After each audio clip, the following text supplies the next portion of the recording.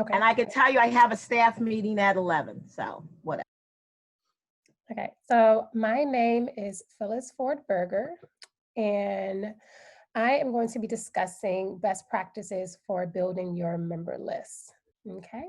And so one of the things, I have learned in this work, the short time I've been doing organizing, is that you want to make sure you are, you can easily mobilize your members. And so it's important, to ensure that, we have a list of members, and want to make sure that list is updated and make sure that list is accurate. And by creating a list, it's a more effective way to engage with all your members, particularly when we have important things going on, such as the reopening plan. So I'm going to start by showing an example template of a member list. And let me open this up. Okay, so this is a template of a member list. You have different columns of data. So the first name, and I'm gonna provide details for each column in a minute, but you wanna make sure you have, of course, your school name, your building rep, the member's first name, last name, their role, teaching years, cell phone number, personal email, and then phone tree. We'll discuss that piece later too. And then some important notes. Okay. All right. So building your list. Like I said earlier, it's so like common sense, but you want to include the first name and last name because there are always teachers who have duplicate names. So having that data, just those names particularly outlined, is important. But also note if the teacher is a member or a potential member. That is just a great way to know who we have in our building who are not members and find ways to get them to be members. So make sure you note that in your list.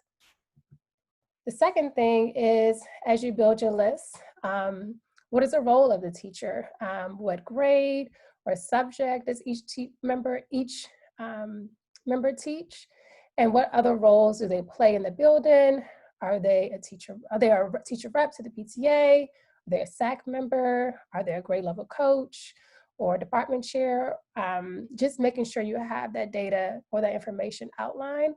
And as someone who was split between two schools, it's so important to know for our part-time teachers what days they're going to be in the building and what times they're going to be in the building, so you could just know how can I best reach this teacher.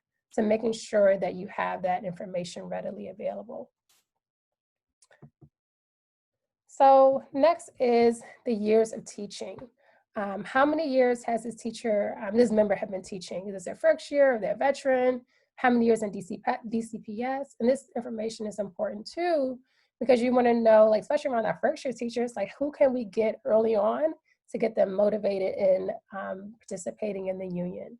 And then also maybe who can you partner with? One of the things that I really valued as a first year social worker in DCPS is partnering with someone who was a veteran, because they really gave me some guidance on just how to navigate DCPS and also how to navigate the union. And so making sure that you can maybe provide those opportunities for partnership with your list. Okay, any questions before I go forward? Okay. All right, so this is, I put questions in the chat. These lists are hard to get, but we'll talk later. Yeah. So I think this is the part where the bread and butter of the list is the contact information. And let me just go back too, because one of the things that I think is important is like identifying like who is going to be responsible for making the list. You want to choose someone who is organized, someone who can be on top of it, and someone who will make sure that they have accurate information. And so that might not be your building rep. Maybe that's not their strongest suit, but maybe someone in the building who has those organizational skills and has those skills to connect with people to make sure they have the most up-to-date information. And it's so important to make sure you have that cell phone number in their personal email. So the cell phone, quick and efficient way to mobilize members, just, shoot a quick text or a call, the personal email. You can connect with people outside of their DCPS email, so they won't be tracked or monitored. But also it's a great way to make sure that you're connecting with your members over breaks, because who checks their school email when they're away? So I think that while I know that contact information is probably the most important piece of your building your list, because that's our most effective way of getting connected with our members. Kimberlyn, do you have any feedback about or your experience of why has it been difficult for your building to? Okay, I don't know if I'm specifically saying the building that I'm in, but I have noticed that certain people, when you ask them for their personal email, because you don't want union information in DCPS, for example, the librarians, 109 librarians, I doubt if 25 or 30 of them appear at those Google little meetings or whatever they're giving. Mm-hmm. They can't get the emails. They can't get the personal emails from them. For whatever reason, they can't get them. So that may be something that has to be done. And I don't know about my building at Watkins. Mm-hmm. I know Shepherd is doing something, but I haven't had a lot of conversations with Shepherd. So I'm not clear. And I did notice at a couple of WTU meetings that have been held at Watkins, several people didn't put their personal emails. I don't know why, but that seems to be an issue, okay? Because you don't want to put the stuff in the DC email. And I heard Laura talking something the other day about Zoom and personal Zoom emails, but personal Zoom accounts versus DC accounts and who has access to what. I didn't know that. I was kind of listening, Laura, but I didn't quite understand it all. That if you use your personal email and do a Zoom, I guess you can only get I'm not actually sure if Mr. Gold. Oh, so you don't know that? I need to do some more research. I am interested in looking into that. I do agree, Kimberlyn, that sometimes teachers are reticent to give their personal emails or personal information. They kind of know well, why do you want it? Who are you? Right. It's going to be protected. So I think one of the best practices is ideally to either be doing this with the building rep, so assisting your building rep, so people know it's the person they elected to represent them who will kind of ultimately be in charge of the list. But you could certainly be assisting and say hey, the building rep is asking me to help them get this information. It'll only be used, for important union communications. It'll be kept only, with the building rep and maybe select members of the SCAC team or whoever your building decides is going to be the group that's utilizing the list, that it's not just open information. And usually, I think it helps if as the building rep you're struggling, that you maybe identify a teacher who has given their information, who maybe is close with that teacher, ask them to, hey, we're going to be having some important meetings coming up with the union and we want you to be part of it, but we're using our personal emails to communicate. Can you give it to your building rep so they can include you in the list?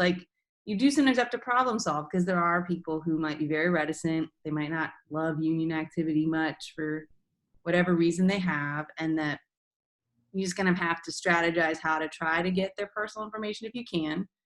And I usually find if, enough people have given it, it starts to just become normal as people get used to just oh, I need to give my personal, information. And if they write their DCPS email, in kind of my beginning of the year, hey, check in, what's your email? Let's make sure we have our up-to-date information. I'll usually just email their DCPS email, hey, we're using personal emails now, so could you just forward me? Usually it's not a big deal, especially if they've seen us at a few union meetings in the building at that point, oh, okay, these are our union leaders, even though I'm new, I'll give my, information. So those have been ways that at least at Woodson, we kind of built the habit of even people who maybe aren't fully on board with union activities still do give us their information. And we do use it sparingly. We don't, spam them with information. We really only use it to invite them to union meetings, to spread any particular Woodson union activity that we, think they should be a part of. And we probably keep it to a few emails a month. We're really not super heavy in kind of union-wide communication. And then we, as you're going to get to, kind of limit a lot of it to the phone tree, so it's more smaller group interactions instead of whole group. Right. No, I think that's important. I think a lot of it, you know, when we're trying to get our members' email or any contact information, it really is just goes down to like relationship building. And so if you have that relationship with that teacher and you guys have a great, just, you know, positive interactions, it's going to make, you know, the conversation around sharing your personal information a little bit easier. So just making sure that, you know, you're keeping that in the forefront of your mind. And that goes into, I think, our conversation tomorrow about organizing conversations. And so, you know, when you're having those initial conversations, you're, you know, just being a good listener, you're being someone who's listening to their issues and validating their feelings. And that can also be a great way to build a positive relationship so they can share that, you know, more private information. But it's tough, you know, because everyone does have some, you know, hesitancy when it comes to their personal data. Okay. And then, you know, at the bottom, I said you will remind teachers to keep it private. And so if you're that person who is building that list, make sure it's just, you know, you and the building rep, you know, you're making sure that you're communicating that it's just us two people who have this information, and you hold that and you make sure that you abide by that. Okay. I'm going to keep going. So after you know, create your list, or when you're creating your list, it's important to identify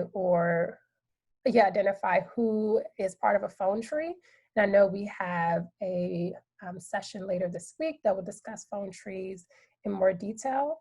But essentially, the phone tree will allow there to be a smaller group of people communicating with one another. So you're not having the entire building on a text thread or email thread. You really just have maybe 4 or 5 people. And I find the phone tree is particularly helpful for like our related service providers because we're not always working with the teachers directly, and we have different issues in some of our teachers. And so you might have, you know, one group of phone trees are for your speech therapists, social workers, school psychologists. The next is for your grade levels, and then the next is for your specials. So making sure that, you know, your phone tree is really grouped by common interest or common specialty. Does anybody have any questions about phone trees? Steve, do you want to say anything? I feel like that's your specialty. No, I think you covered everything. I mean, the grouping, like you said, is important. It helps with me, especially with, you know, some people have relationships with some folks in the building that I don't have. So, you know, it's like, and a lot of times it does break down by their specialty where they work. You know, social workers, for example, have their own little, you know, group that they communicate with. So, you know, grouping them like that, and that way you make sure you increase all the outreach as much as you can, because you've got people who maybe I personally or somebody else may not have a strong relationship with. They can communicate with someone that they do have that relationship with. And yeah, that is the key piece. It's like, you know, you want to make sure that your outreach is effective and, you know, swift. And so that phone tree is a great way to make sure that you are able to communicate with people in a really swift manner. I think just to add on to real briefly what you said, it also can increase that two-way communication because you're communicating with people you trust. So if you have an issue, you might be comfortable communicating it with the people in that group or with a person in that group that can then make sure that, you know, as the school, we are aware of anything that's going on, that we are, you know, able to hear anyone's concerns that they might not be comfortable sharing with the whole. And also then just increasing those personal relationships in the building and building that camaraderie and solidarity that's so necessary. Thank you. Okay. And lastly, you know, when you build your list, make sure you have some notes. Anything about each of your members, things that you include in your one-on-one conversations, and that can include their schedule, their availability, you know, where they are in regards to participation with the union, if, you know, they are a member of the union. So just making sure that you have that, you know, detailed information because it helps, drive how we communicate with one another, and also, potentially, make sure that we cover any gaps that we might have if we don't have those notes or detailed information about that person. Okay. So some important tips as you build your list: keep it simple. Include information that is easy to track and update. We don't need to know everybody's information because we want to make sure that we can keep this list updated over time, because it is a living document. And also, like I said, keep it updated. So lists are only useful as they are accurate. So we want to make sure that if a teacher has left the building or we have new teachers coming in, we have that information available and it's updated, so we won't be contacting people who are not relevant to the concern. And so that's why it's important to have someone who is able to, manage that. And you all are more experienced with building lists, but in my head, I was thinking that you're updating the list, every quarter, or every, semester. I don't know. Just making sure that, if someone gets married, you're changing their last name, or if someone isn't, like I said earlier, no longer with the building, or someone's roles change, we have that information ready available. Okay. And so the next steps. So what can you do now you understand, what it looks like to build a list? So identify the person or persons in your building who could be responsible for it. So you are partnering with the building rep. You don't want to just start creating your list without communicating with the building rep. Depending on your relationship with each of your members, you can call, text, or email them to ask them for the information you need. It's tough because, we are in this virtual space, so it's not going to be as formal as we would want it to be. But if you have that relationship, or someone who has that relationship with that person where there's that missing information, find a way to connect with them. One of the things I've been thinking about is, like, when we have these virtual town halls, or when we have some of these meetings as a whole WTU group, is, sending a private message like, hey, I've been thinking about you. Do you mind just shooting me a text? I want to update the list. Is there any possibility you can just provide us some of your contact information? And so when you see those people in passing or at an event, just drop a quick message saying, we want to make sure our list is updated. And when you reach out, you can tell them that you're creating a contact list of union members in your building to make it easier for everyone to stay in touch. So always just continuing to message, like, what is the goal of the list? So letting them know that our goal is to make sure that we are able to communicate with you guys in a quick and effective way, and that our information, or your information, will always be kept private, and will be shared with your field rep. But that is, that's where it stops. All right. I have one other piece of advice. I know some people reached out, like, if their building rep was potentially leaving, or they were worried like they'd have to start over from scratch. So one suggestion is, if you know who your building rep was in the past, or if they're going to be going to a new school, they're leaving the district this year, to reach out to them and see if they have a list already.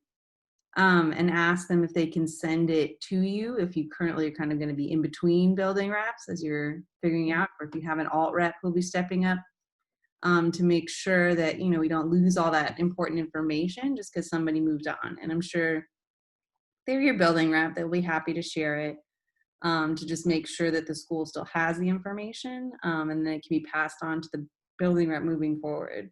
But just as Phyllis said, it is a big responsibility taking a lot of people's personal contact information.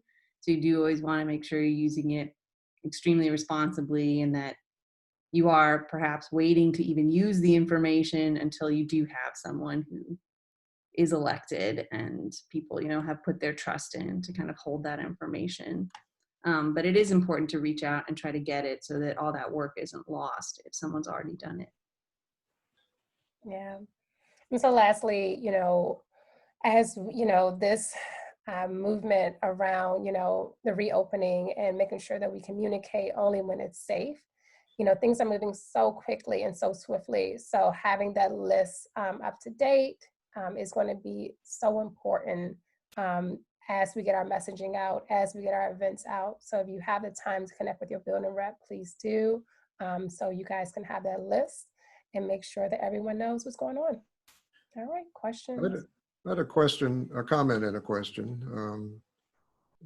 First, just, I mean, assuming that we're not going to be in this virtual world forever, when we're in the buildings, of course, it's very a good practice is to, I think, as you kind of mentioned, talk to people regularly, run it, track them down in their classrooms, or, before school, after school, planning period, lunch, whatever. And this is what I regularly did. And that's how you develop the relationships with them. Just talk, chit chat with them. Anything going on, anything you need help with, that sort of thing. So whenever we do go back to the buildings, I mean, that's an important thing to remember as well, because, like you said, building the trust and relationships with people is very important. And my question was about when, getting people's personal emails and when we use them, what I generally do if I'm sending out like a mass email to the members in my building, I'll do a BCC, so people's emails, won't be seen by each other.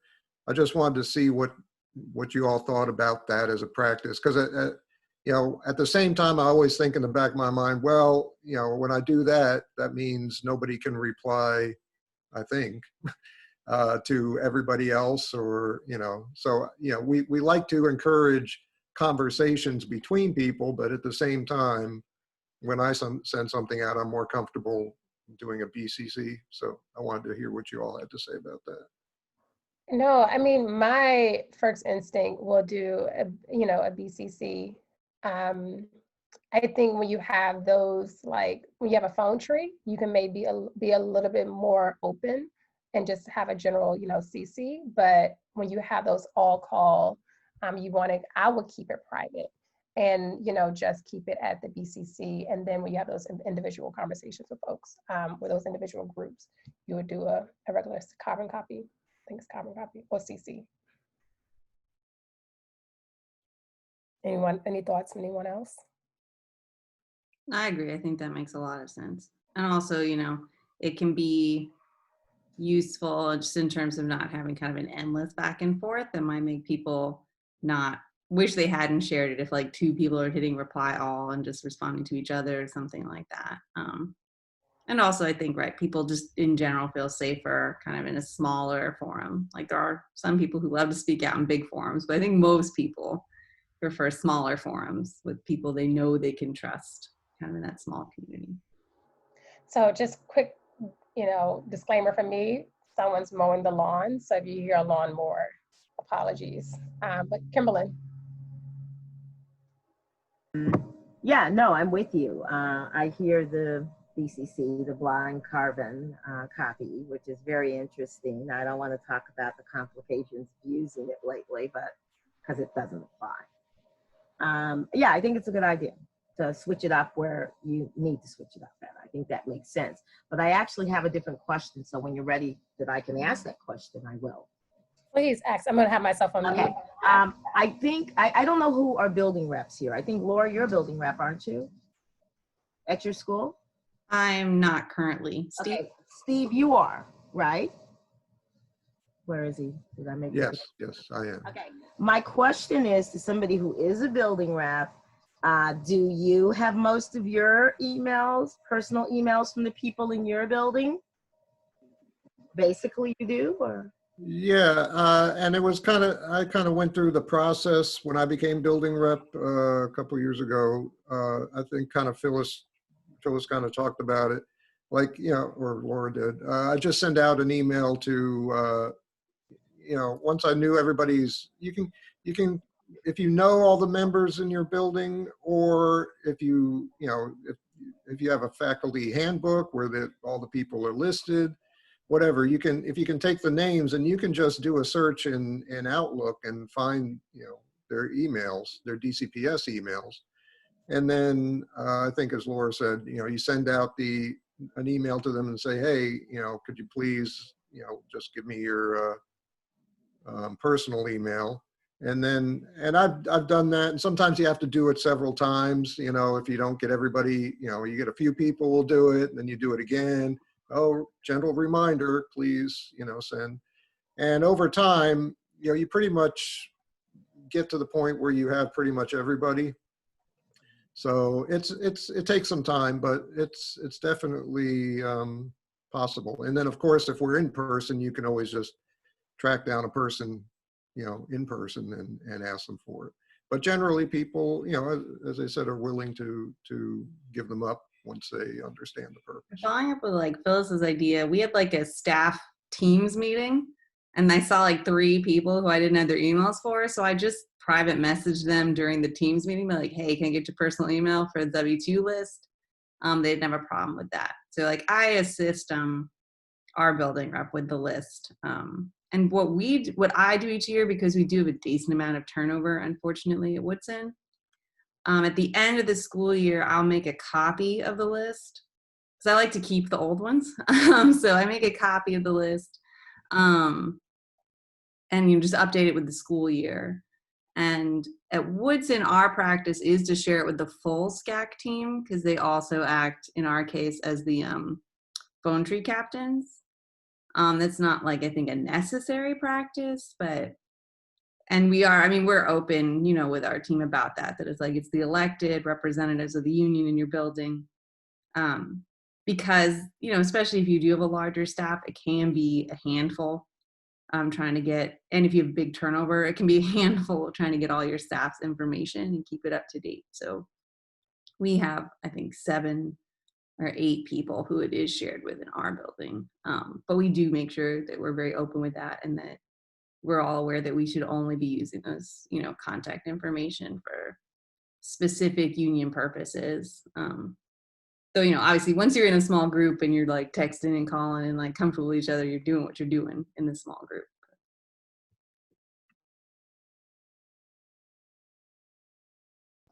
So if no one has any more questions,